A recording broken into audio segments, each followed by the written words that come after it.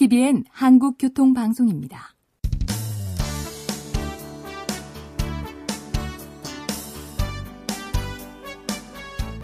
한문철 변호사의 교통사고 솔루션.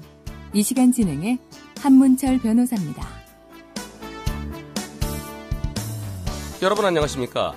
지난 5월 12일 오전 11시경 울산에서 안타까운 사건이 있었습니다.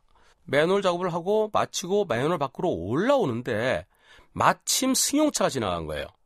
그래서 승용차가 맨홀에서 올라오던 작업자를 충격해서 3m 아래에 맨홀 바닥으로 떨어졌어요. 급히 병원으로 옮겼지만 결국 숨졌습니다. 누가 잘못한 걸까요? 자동차 운전하는데 땅속에서 사람이 갑자기 올라오면은 그걸 어떻게 피하지? 그건 운전자한테 잘못 없을 것 같은데? 이런 생각하는 분들도 계실 것 같고요.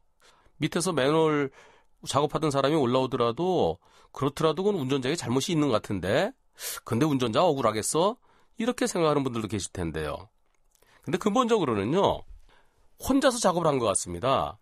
도로에 있는 맨홀에서 작업을 할 때는 맨홀 뚜껑을 열고 들어가야 되죠. 맨홀 주변에 라바콘이라고 그러죠. 이제 사방에 설치해서 울타리를 치는 겁니다. 울타리를 쳐놔야 그래야 다른 사람들이 자동차가 지나갈 때 그 울타리를 피해갈 수 있는 거죠.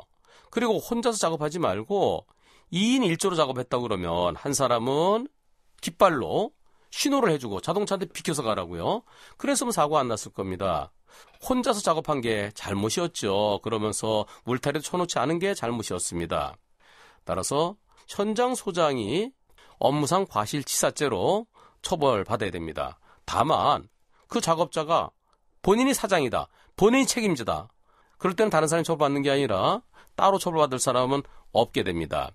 그럼 이제 남는 것은 운전자인데요. 자동차 운전자가 과연 피할 수 있을까요?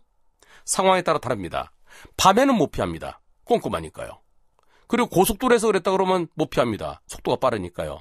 하지만 일반 도로에서는 앞에 구멍이 있어서 거기 허당이 있죠. 그리고 그 옆에 맨홀 뚜껑이 있고 그게 보이겠죠. 과속하지 않는 한.